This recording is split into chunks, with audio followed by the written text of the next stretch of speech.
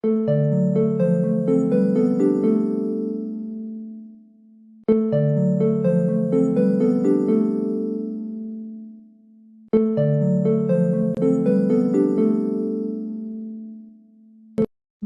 à toutes et à tous et bienvenue à ce 7e rendez-vous de l'inclusion.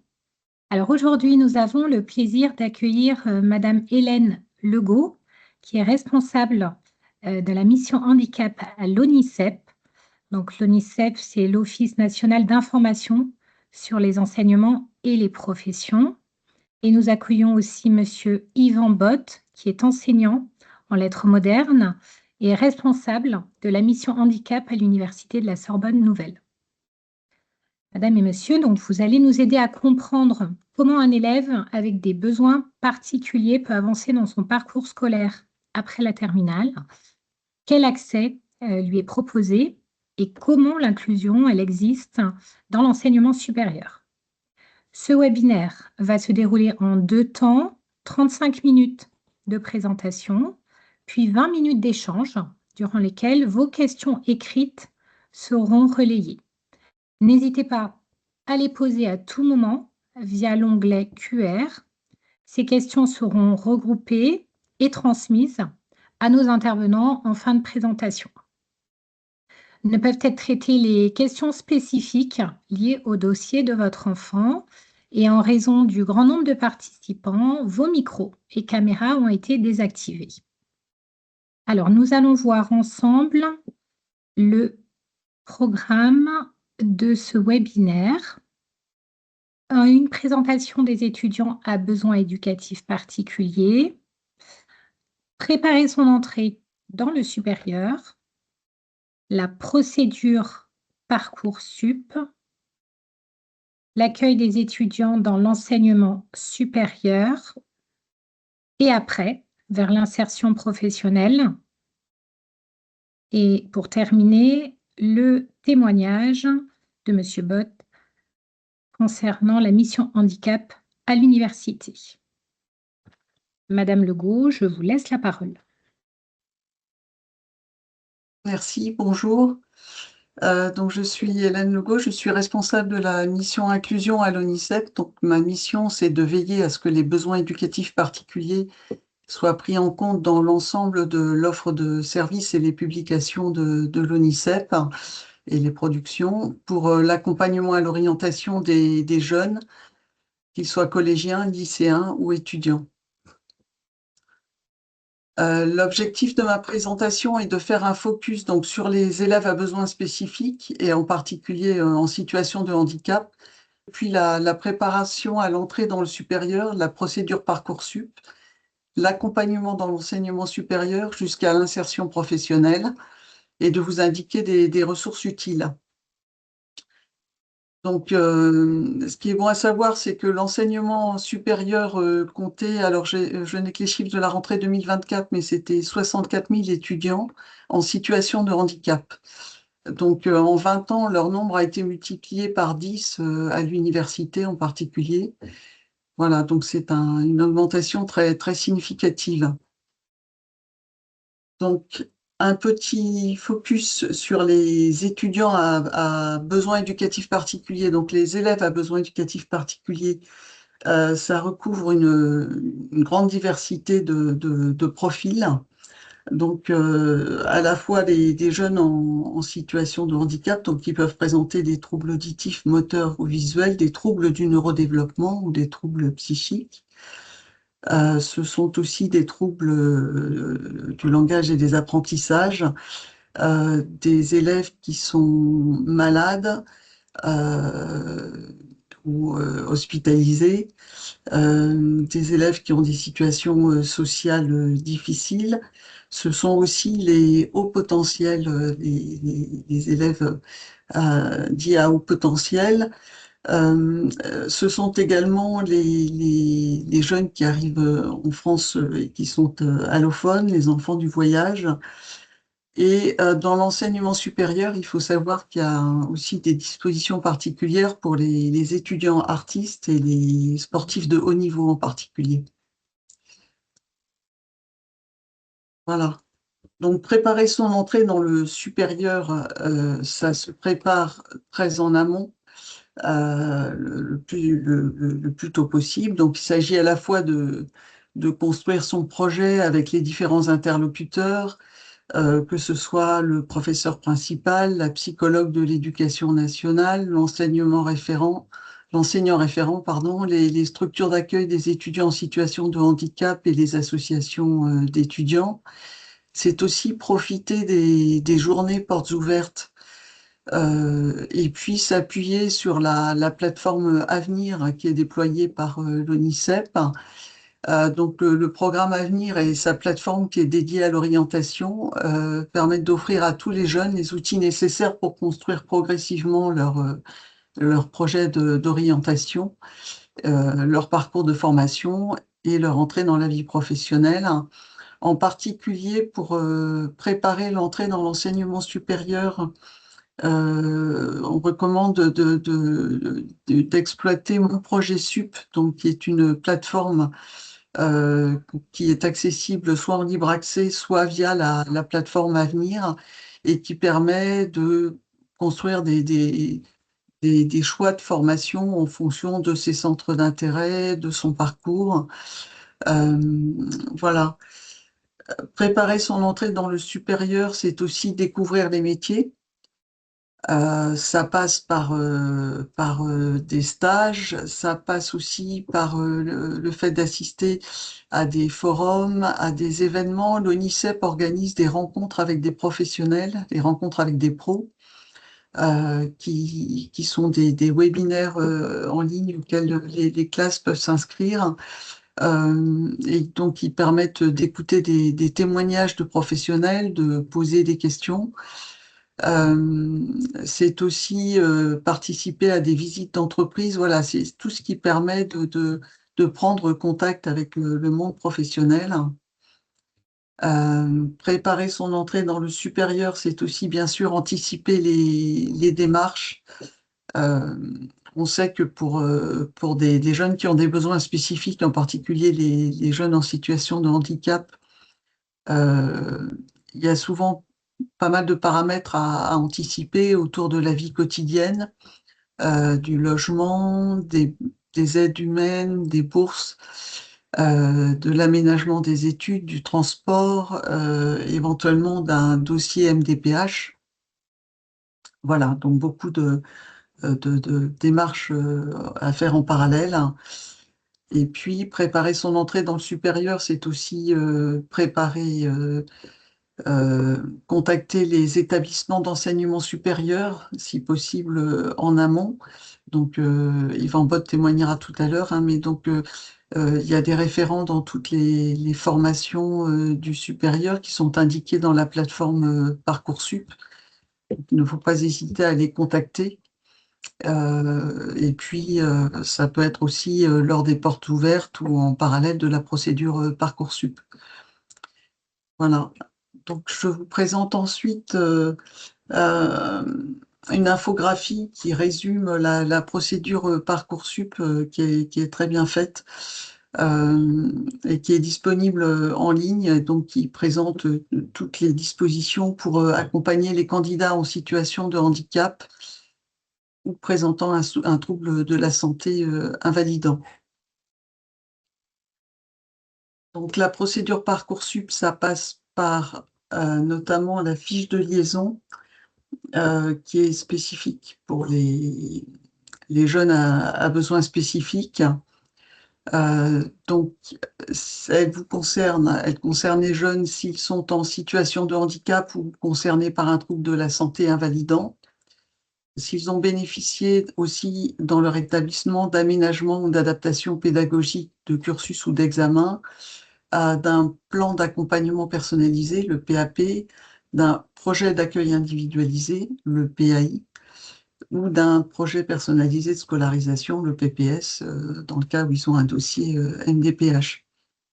Voilà, donc c'est plus large que les seuls jeunes en situation de handicap. Donc la fiche de liaison est accessible lors de la création du dossier et on peut la retrouver dans l'onglet handicap besoins spécifiques. dans la rubrique Mon profil. Donc, elle permet de déclarer tous les accompagnements qui ont déjà été mis en place dans le parcours scolaire. Elle facilite la liaison avec les établissements d'enseignement supérieur pour préparer l'arrivée de l'étudiant et l'organisation de ses études dès l'admission. Voilà, donc il faut savoir, et donc c'est important qu'elle n'entre pas en compte dans l'étude du dossier de candidature. Donc elle circule de façon indépendante du dossier Parcoursup, et elle est soumise aux établissements d'enseignement supérieur dans un second temps, si le jeune le souhaite. Voilà. Donc il y a également dans la procédure Parcoursup une rubrique concernant les éléments liés à ma scolarité. Ça peut être l'occasion euh, de présenter des éléments qui méritent d'être explicités sur des absences, des périodes d'interruption d'études. Donc, on peut compléter dans ces cas-là la rubrique éléments liés à ma scolarité. Elle est facultative et par contre, là, les informations sont transmises aux formations pour l'analyse de la candidature. Donc, il n'y a pas besoin surtout de donner d'informations médicales confidentielles dans le cadre de cette rubrique. Voilà, donc c'est simplement une facilité complémentaire qui est offerte. Donc, pour les fiches formation dans la procédure Parcoursup, il est possible de connaître les aménagements et les accompagnements possibles sur la carte d'identité de la formation.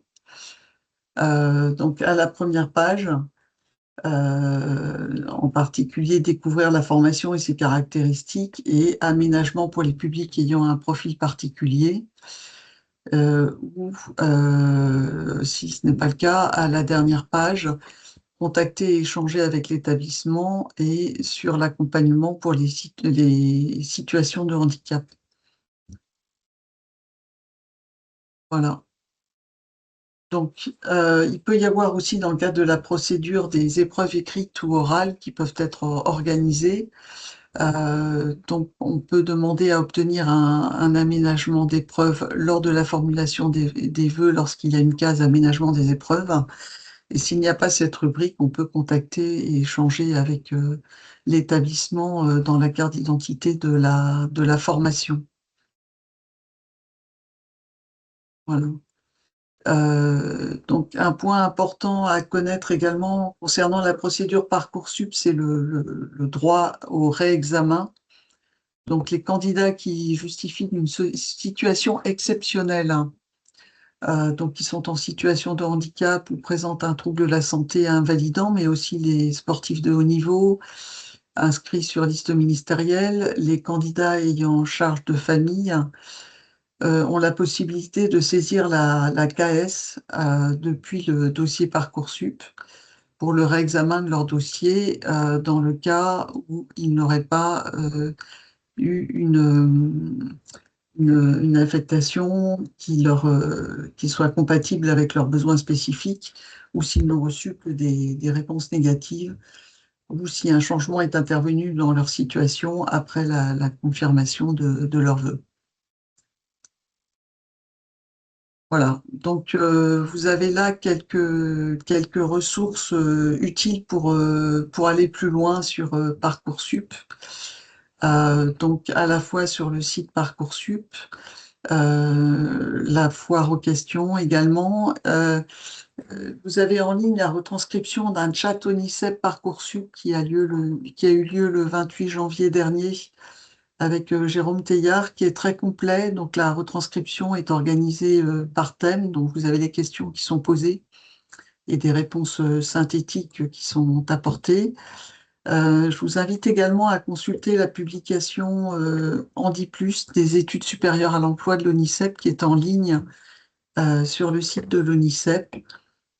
Et vous aurez prochainement, le 27 mai, un webinaire Parcoursup qui est co-organisé par ATP Friendly, donc qui accompagne les étudiants avec des troubles du neurodéveloppement dans l'enseignement supérieur et l'ONICEP, donc le 27 mai prochain. Et enfin, vous pouvez contacter par téléphone les conseillers de la plateforme Parcoursup. Voilà. Alors, en ce qui concerne l'accueil des étudiants à besoins spécifiques dans l'enseignement supérieur, donc je pense que ça va être détaillé tout à l'heure par Yvan Bott. Quelques points à connaître. Donc, c'est le premier, ce concerne le plan d'accompagnement de l'étudiant en situation de handicap. Donc, il s'adresse à tous les futurs étudiants ayant des besoins spécifiques et qui entrent à l'université avec ou sans PPS ou dans une formation supérieure qui dépend d'un lycée lorsqu'ils ont un PAP ou un PAI. Et donc le PAEH est élaboré par l'équipe plurielle de l'université avec l'étudiant. Et donc l'équipe plurielle est composée de tous les intervenants qui sont concernés, donc à la fois les services de santé, les services d'orientation, les enseignants, etc. Euh, donc les aides et aménagements, je pense que ce sera développé également plus tard. Euh, donc c'est à donc le jeune doit solliciter le service d'accueil et d'accompagnement des étudiants en situation de handicap dans l'établissement d'enseignement supérieur pour en bénéficier. Euh, les démarches auprès de la MDPH, c'est un point important, c'est qu'elles doivent être anticipées parce que les délais de traitement sont souvent assez longs. Donc, il peut y avoir des actualisations à faire, en particulier donc, concernant la prestation de compensation du handicap. Ça peut être aussi une demande d'AAH, l'allocation adulte handicapé, pour à partir de 20 ans. Ce sera aussi la demande de la reconnaissance de la qualité de travailleur handicapé, la RQTH, pour les stages futurs. Voilà, donc autant de démarches à anticiper. Euh, Autre possibilité qui est offerte dans l'enseignement supérieur et qui est de plus en plus fréquente, c'est l'enseignement à distance. euh, donc qui est proposé par les universités, qui peut être proposé dans le cadre du CNED, qui est proposé également dans le cadre des campus connectés, qui permettent aux jeunes de suivre des études universitaires lorsqu'ils n'ont pas la possibilité de se déplacer dans les sites universitaires. Et puis, c'est bien sûr faire appel aux référents, aux missions ou aux services d'accueil des étudiants en situation de handicap.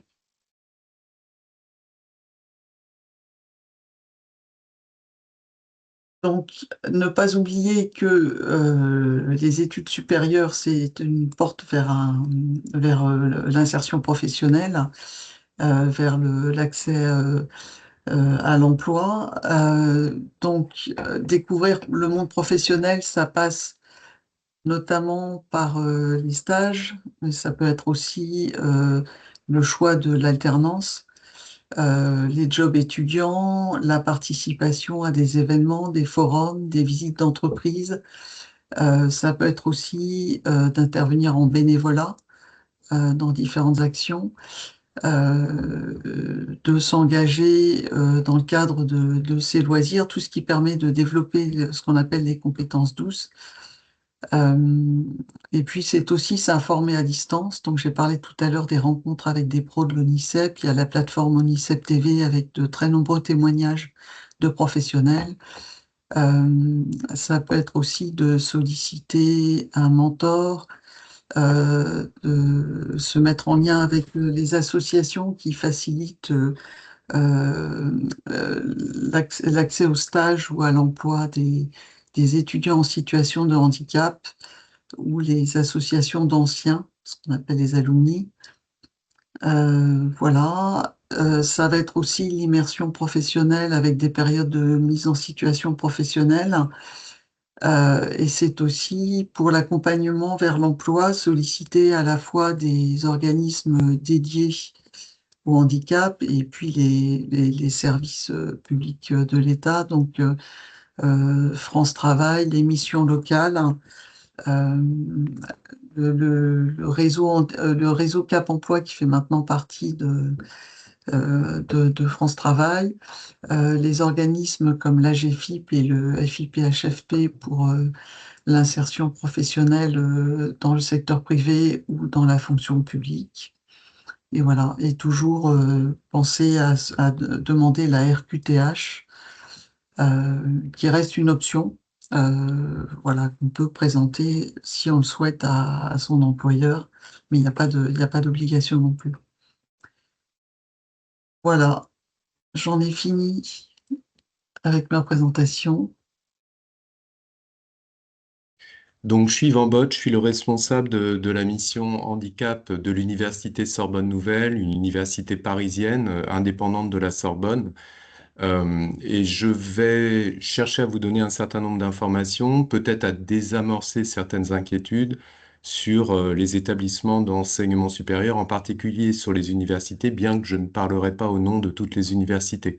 À travers mes propos, je vais chercher à vous dire quelles sont les actions les plus communes que vous trouverez dans toutes les universités et quelles sont les actions plus spécifiques à l'USN, à l'Université Sorbonne Nouvelle.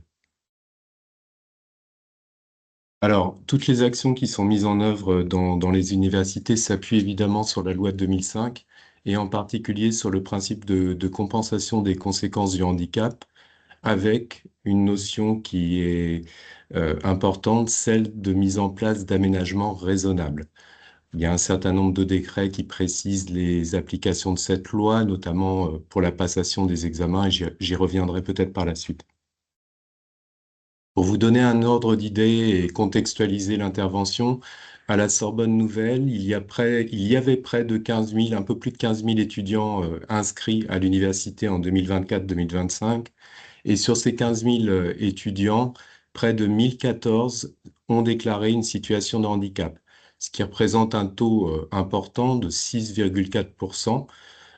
Ces étudiants sont en augmentation année après année. D'une année sur l'autre, on compte une augmentation. C'est vrai pour la Sorbonne Nouvelle, mais c'est vrai pour la plupart des universités françaises, comprises entre 15 et 20%. La mission handicap, donc, c'est le service dédié à l'accueil et à l'accompagnement des universités. Vous trouvez une structure handicap qui porte pas toujours ce nom-là dans toutes les universités. C'est une obligation. Celle de la Sorbonne Nouvelle a été créée en 2007-2008, quelques années après la publication de la loi de 2005 et surtout l'année consécutive à la publication d'une charte émanant de la commission des présidents et présidentes d'université qui précisait la façon de construire un service dédié dans les universités. Notre université, donc notre structure handicap, comprend 6 personnes. Le nombre de personnes chargées d'accompagner les étudiants est très variable d'une université à l'autre et est fonction de l'importance accordée à la politique handicap par l'université. Donc, 6 personnes, c'est une structure qui est bien pourvue, qui est solide. Pour détailler notre organisation, donc il y a le responsable que je suis, 4 chargés d'accueil et d'accompagnement qui vont précisément recevoir individuellement chacune des étudiants au début de leur parcours, ou en tout cas lorsque ces étudiants auront décidé de faire connaître leur handicap, afin de préconiser un certain nombre d'aménagements d'ordre pédagogique. Parmi ces chargés d'accueil et d'accompagnement, l'une d'elles est spécialisée dans la mise en accessibilité des supports de cours.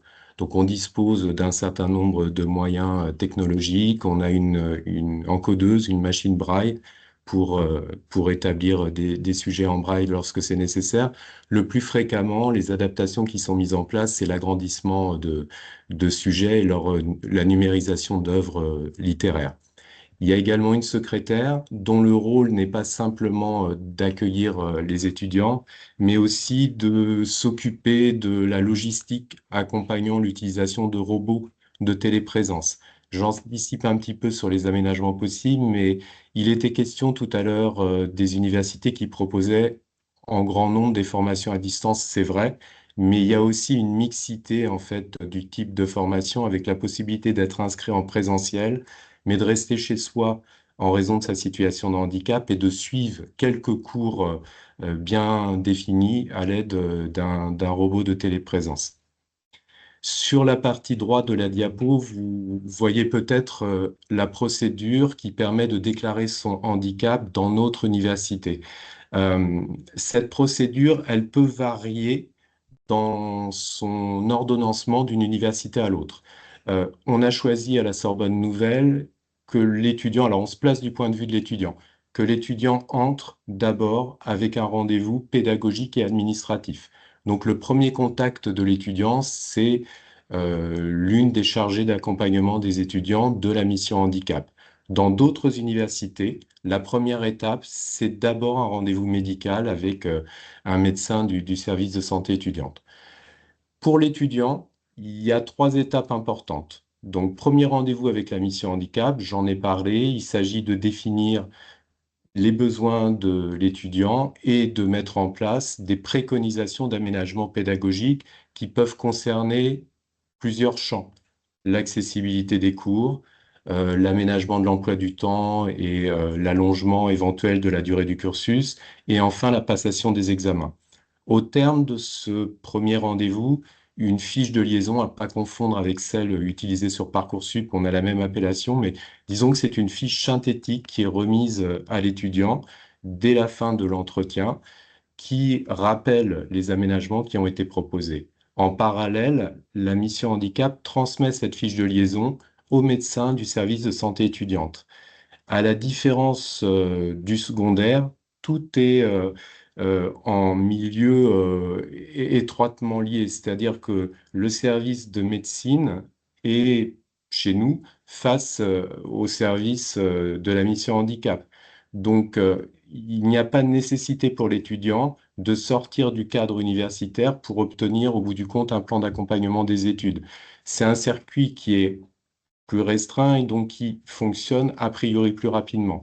Les médecins du service de santé, donc c'est le deuxième rendez-vous dans notre procédure pour l'étudiant, reçoivent l'étudiant, regardent les documents médicaux qu'ils lui transmettent, qu'il transmet au médecin, et à partir de ces documents, légitiment les aménagements qui ont été préconisés ou pas. Mais dans la plupart des cas, il y a une adéquation entre les préconisations qui sont faites par le service de la mission handicap et puis la légitimation par la suite des médecins. Au terme de ce deuxième rendez-vous, un avis médical est émis par les médecins et transmis à la structure handicap. Ça, c'est vrai dans toutes les universités. Au terme de ces rendez-vous, c'est toujours la structure administrative qui prend la décision de mettre en place un plan d'accompagnement des études. Ce plan d'accompagnement des études, il est formalisé, il est toujours formalisé. Il n'y a qu'un seul plan d'accompagnement des études, même s'il y a une variété très importante de handicaps. Ça semble plus simple. Ce plan peut prendre on en verra une image par la suite, mais peut prendre une forme différente en fonction des universités. Mais son objectif est toujours le même. Il s'agit de préciser quels sont les droits à aménagement de l'étudiant et la durée euh, pendant lesquelles ces droits peuvent être actifs. Pour bien comprendre l'ensemble de cette procédure, on demande, une fois que l'étudiant obtient son plan d'accompagnement des études, donc c'est la mission handicap qui le lui remet, de le transmettre à chacun de ses enseignants, de façon à ce que ces enseignants identifient l'étudiant qui a besoin de tels ou tels aménagements. En parallèle, on sait que certains étudiants ne feront pas cette transmission, ne réaliseront pas la transmission, parfois en raison de leur handicap qui fait que face à une figure d'autorité, ils n'osent pas passer le pas et transmettre un tel document. Donc la mission handicap transmet au référent handicap. Ce sont des enseignants, chercheurs au sein de chaque formation, la liste des étudiants ayant besoin d'aménagement pour que, au sein de la composante, au sein de la formation, tout un chacun soit informé des besoins de telle ou telle personne.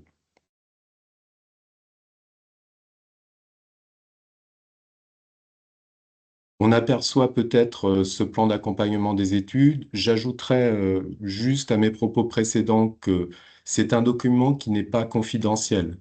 Il, euh, il identifie l'étudiant, mais il ne donne pas sa situation de handicap. L'étudiant peut ne l'avoir jamais donné à part au médecin. Il peut très bien avoir rendez-vous avec la mission handicap sans dire quel est son handicap. C'est plus fréquent aujourd'hui, ça l'était davantage il y a une quinzaine d'années. En général, les étudiants disent ouvertement quel est leur handicap. Mais on peut très bien raisonner sur des préconisations d'aménagement pédagogique en connaissant les conséquences d'un handicap et sans nécessairement connaître le handicap au départ.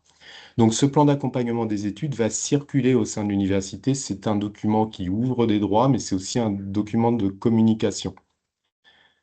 Parmi les aménagements qui peuvent être mis en place dans l'université, il y en a une multitude. Donc sur ces diapos, on voit peut-être les plus fréquents. L'adaptation de l'emploi du temps, c'est un aménagement qui rend service à bien des étudiants en situation de handicap, quel que soit leur handicap. Donc, c'est un aménagement fréquent. Les autorisations d'absence aussi.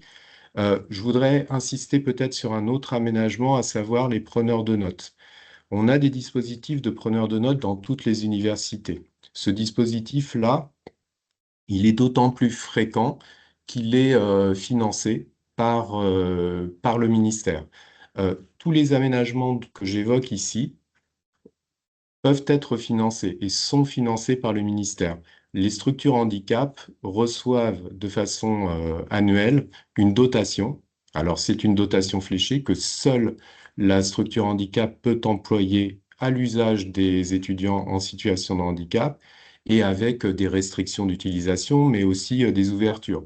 On peut donc, avec cette dotation ministérielle, financer le dispositif des preneurs de notes qui consiste en fait à trouver dans chacun des cours suivis par tel étudiant un preneur de notes, à lui faire signer une charte pour qu'il respecte la façon de prendre des notes qui permettra à l'étudiant bénéficiaire eh bien de profiter de cette prise de notes. Et il y a une rémunération de ce preneur de notes au bout du compte. Donc il y a un dépôt des notes dans un drive partagé dans notre université. Et c'est le système qui remplace ce qui se fait dans le secondaire avec les auxiliaires de vie scolaire qui peuvent prendre des notes pour tel ou tel étudiant. Ça ne fonctionnerait pas à l'université. On serait obligé de trouver des personnes capables d'être très rigoureuses, de maîtriser l'allemand et le roumain dans une formation de LEA. Donc c'est pour cette raison qu'on recourt à d'autres étudiants preneurs de notes. Bon, les supports adaptés, l'adaptation des supports, j'en ai déjà parlé en présentant la structure handicap. Dans notre université, on met aussi en place un tutorat pédagogique particulier pour les étudiants en situation de handicap avec des tutrices et des tuteurs d'un niveau plus élevé qui ont été formés pour accompagner les étudiants en situation de handicap. Dans toutes les universités, il y a un tutorat, mais dans certaines, il y a un tutorat particulier destiné aux étudiants en situation de handicap qui peut être financé par la dotation ministérielle que j'évoquais précédemment. L'accès aux cours à distance quand les formations sont à distance est possible avec maintenant une mixité des parcours qui est de plus en plus fréquemment rencontrée et notamment chez nous avec l'utilisation de robots de téléprésence. On prête un certain nombre d'outils, des logiciels spécialisés, des ordinateurs en particulier.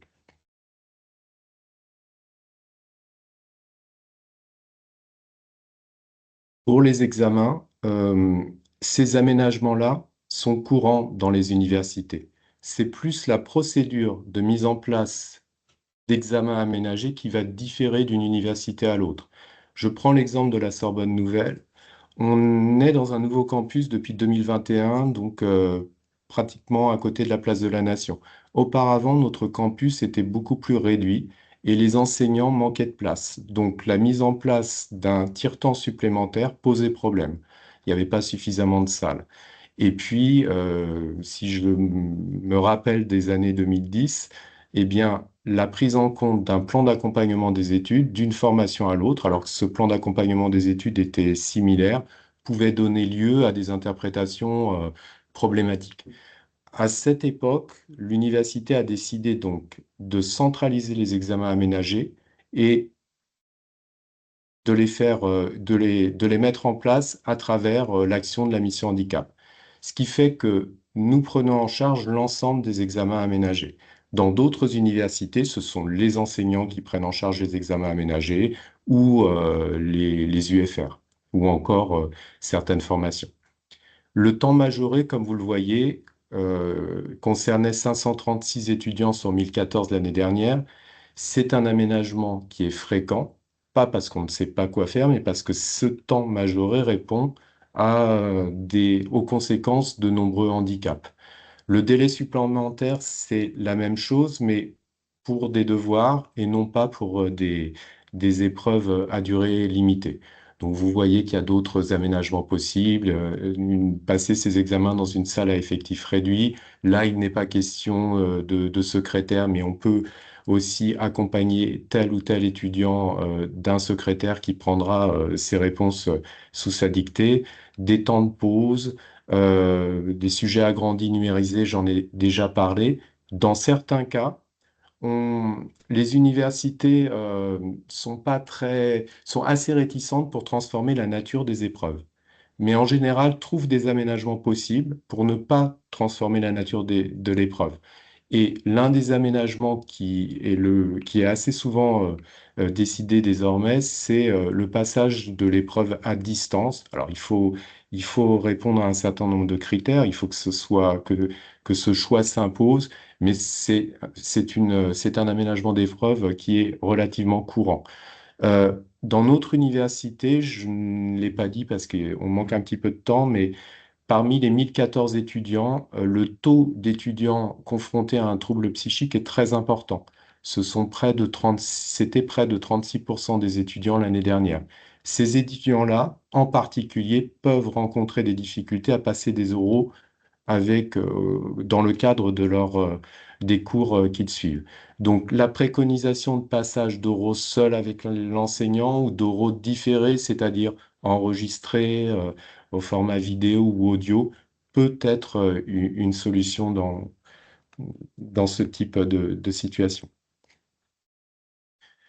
Alors, notre université, là, c'est une particularité et lauréate d'un appel à projet qui s'intitule Université inclusive démonstratrice, un projet lancé en 2024 et qui couvre 3 ans.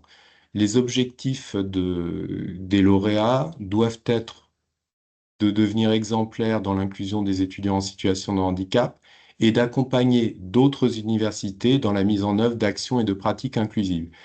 Ce qui signifie que nous avons lancé, dans tous les champs où l'inclusivité se joue, un certain nombre d'actions, que nous les testons, que nous rendons publique la façon dont nous procédons et nous rendons également publics les résultats. Et nous accompagnons toute université qui souhaite mettre en place l'une de ces actions. La diapo suivante va me permettre de détailler ces actions. Alors, on a renforcé la gouvernance de l'établissement. Ça, c'était relativement simple à faire puisque la vice-présidente des personnels n'avait pas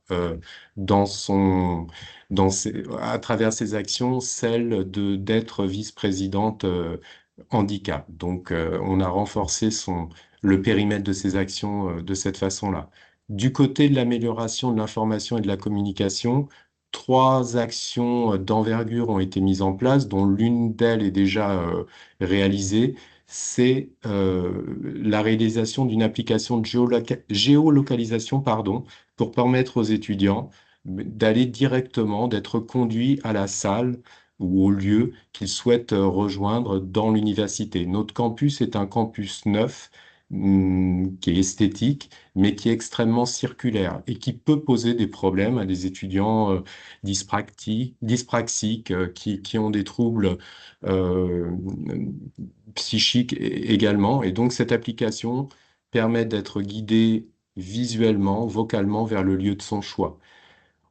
On est en train de réaliser une visite virtuelle également du campus. C'est un point qui, au départ, c'est une action qui, au départ, est conçue pour les futurs étudiants en situation de handicap, dont on sait que certains, alors qu'ils en ont la possibilité, s'auto-limitent, pensant que les études supérieures, vont constituer un obstacle majeur, que ce ne sera pas adapté, etc. Donc, cette visite virtuelle, elle a pour but premier de rassurer des étudiants, qui seraient en situation de handicap, enfin de futurs étudiants qui seraient en situation de handicap et qui auraient des réticences à poursuivre leurs études.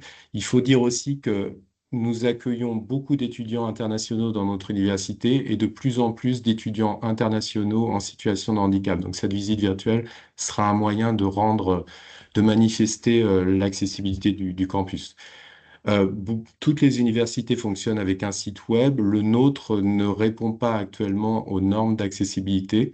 C'est dans le cadre du projet Inclusivité 360 degrés, le nom donc de notre projet, que nous pouvons, dès cette année, mettre en place une refonte du site répondant aux normes d'accessibilité.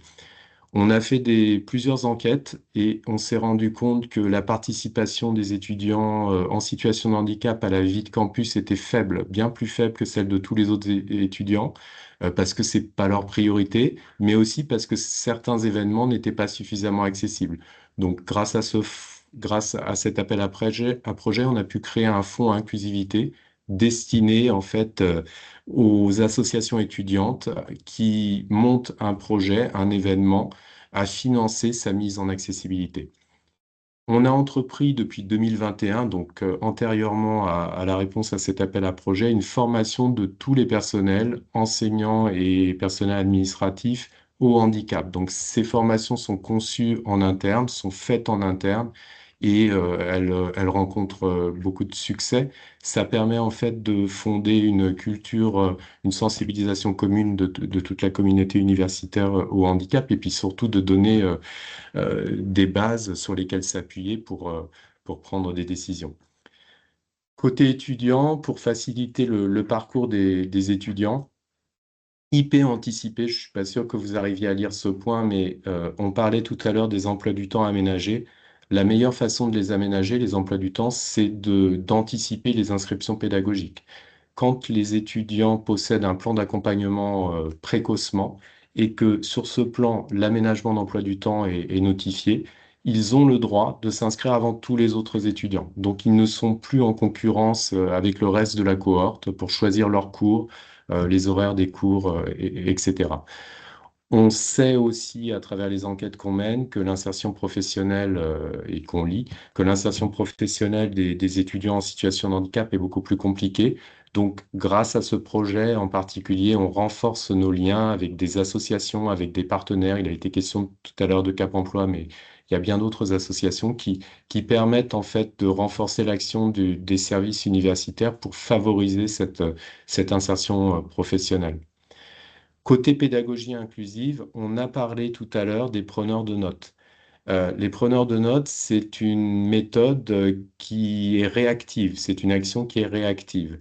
Et ce qu'on souhaite, c'est obtenir de meilleurs résultats. Et pour obtenir de meilleurs résultats, ben, et renforcer l'accessibilité, la meilleure chose à faire, c'est de concevoir dès le départ des cours pleinement inclusifs. Donc on a mis en place un label, enseignement inclusif, avec un cahier des charges à suivre, avec un accompagnement des enseignants qui se lancent dans cette réalisation de cours inclusifs.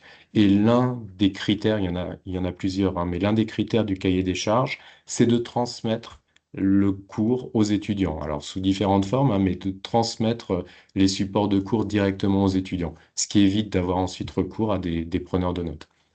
La qualité d'usage du bâtiment, j'évoquais le fait que le bâtiment, le campus Nation est neuf, mais il y a toujours des points à reprendre même quand le bâtiment est neuf. Les portes du rez-de-chaussée sont chez nous lourdes, elles vont être automatisées. Voilà, j'ai fait le tour des points essentiels. Il y a 50 actions constitutives du projet Inclusivité 360 degrés, mais là, il fallait simplement en donner une idée. Il y a 6 lauréats en France, hein, donc nous ne sommes pas la seule université à être détentrice de ce projet. Il m'a été demandé de donner quelques recommandations pour faciliter la mise en place, la mise en place d'un plan d'accompagnement des études, surtout le choix d'une université quand on avait un enfant en situation de handicap. Euh, Évidemment, ça a déjà été dit, il faut s'informer précocement. Et l'un des meilleurs interlocuteurs, c'est certainement l'une des meilleures interlocutrices, la structure handicap. Donc, en fonction de la qualité de réponse que vous trouverez, vous vous ferez déjà une première idée. Il faut profiter, alors pour cette année, c'est tardif, hein, mais certainement que parmi vous, il y a des personnes qui prennent des renseignements pour les années futures. Il faut profiter des journées portes ouvertes pour se déplacer, visiter les lieux. Et parfois, les visites peuvent se faire aussi en dehors des journées portes ouvertes. Elles sont proposées par certaines structures handicap. Euh, Après l'inscription administrative, mon conseil, c'est de prendre très très tôt contact avec la structure handicap parce que il y a des moments où il y a des embouteillages. Donc, avant les sessions d'examen, la plupart des étudiants qui ont besoin d'aménagement vont penser à entrer en contact avec la structure, mais comme il y a nécessité de réaliser 2 rendez-vous et d'avoir une légitimation par les médecins, ça peut être un petit peu court en termes de délai. Donc, plus la prise de contact se fait tôt et mieux les choses se passent par la suite. Très souvent, de nouveaux étudiants ont eu un plan dans le secondaire, mais ne pensent pas nécessairement à en parler au moment du rendez-vous avec la mission handicap. Il y a un principe de portabilité qui a été décrété. Donc, quelqu'un qui a obtenu dans le secondaire un plan d'accompagnement doit pouvoir en obtenir un très rapidement dans le supérieur, sans nécessairement passer par le service de santé étudiante, le temps pour lui de réaliser l'ensemble de la procédure. Alors, la dernière diapo propose 2 liens. Un lien vers la page web de la mission handicap de la Sorbonne Nouvelle. Pratiquement toutes les missions handicap ont une page web que vous pouvez aussi visiter évidemment.